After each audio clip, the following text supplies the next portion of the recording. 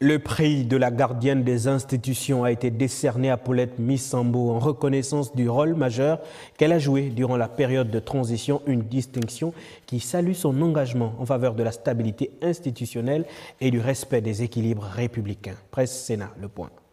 Cette séance plénière a été marquée par un événement spécial, celui lié au prix du mérite des gardiens des institutions décerné au président du Sénat de la transition, Paulette Misambo, par le programme Concorde de la Ve République. Nous avons l'honneur, la fierté et le privilège de remettre ce prix honorifique à une femme d'exception, une gardienne des institutions. Le programme Concorde de la Ve République vous décerne aujourd'hui le prix de gardienne des institutions.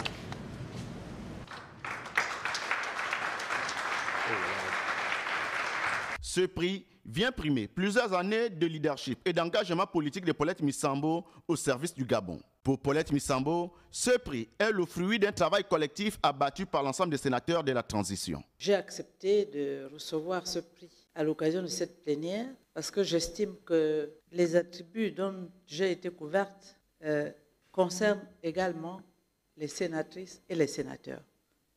Parce que c'est ensemble que nous avons donné un autre visage au Sénat de la transition. C'est ensemble que nous avons participé d'une certaine manière à la reconstruction de notre pays et c'est ensemble que nous avons sonné le départ de la restauration des institutions. Présent en ce moment spécial, le gouvernement n'est pas resté insensible. On voulait vous dire, madame, merci pour cette récompense qui vous va très bien. Et nous pouvons saluer le mérite qui est le vôtre.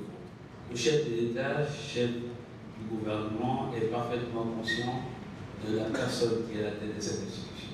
Mais il est aussi nécessaire de saluer l'ensemble des sénateurs, puisque vous avez travaillé avec une équipe convenable, des personnes responsables.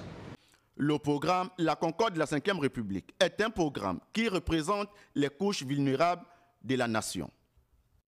Du Sénat à l'Assemblée nationale, il n'y a comme pas, et nous y allons tout de suite suivre la séance plénière présidée par Jean-François Ndongou, président de l'institution. L'examen et l'adoption de plusieurs textes de loi étaient à l'ordre du jour. Presse, Assemblée nationale.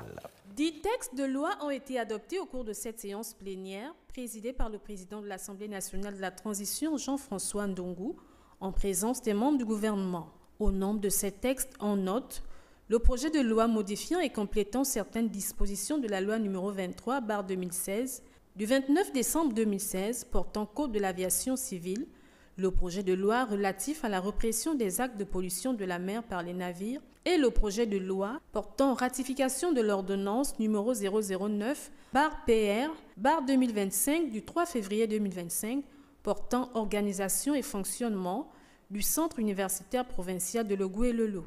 Les travaux de la dite séance plénière ont été précédés par une réunion du bureau dirigée par le deuxième vice-président de l'Assemblée nationale de la transition, Gabriel Mali-Odjoa, une réunion qui a évoqué le point sur les travaux législatifs. À retenir que 2 textes sont en cours d'examen dans les commissions et un texte est en attente d'examen.